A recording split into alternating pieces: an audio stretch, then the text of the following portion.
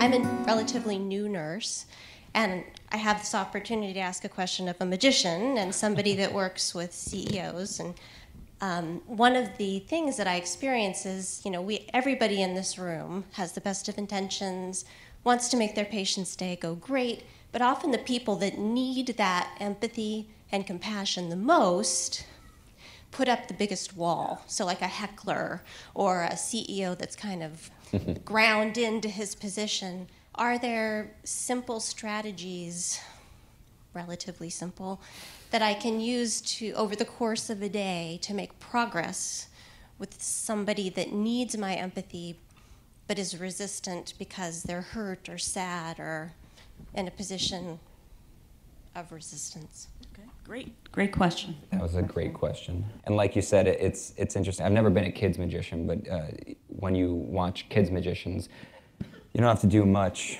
They have imaginations, anything's possible still. Actually, it's incredibly difficult to fool a kid because they still believe it's possible. It actually makes it very difficult as a magician. There's a weird paradox. Performing for kids, people think, oh, it's the easiest. Oh, they're fun, but not necessarily easy. What's difficult about adults, and you associate CEOs kind of with the highest level of this type of hardened thinking, is that as we get older, we learn what the world actually is, or at least we think we do, right? We start to learn this isn't possible. It really isn't all open to me. I have to make these compromises to live and do the things I want to do. So the more we get that hardened sense, and you do see it, it's the CEOs. Like you said, it sounds like a stereotype, but they're all just like, when I walk up on stage to start a 1-hour magic show that I've been hired for their corporation, they're like, all right, magic boy. Good luck,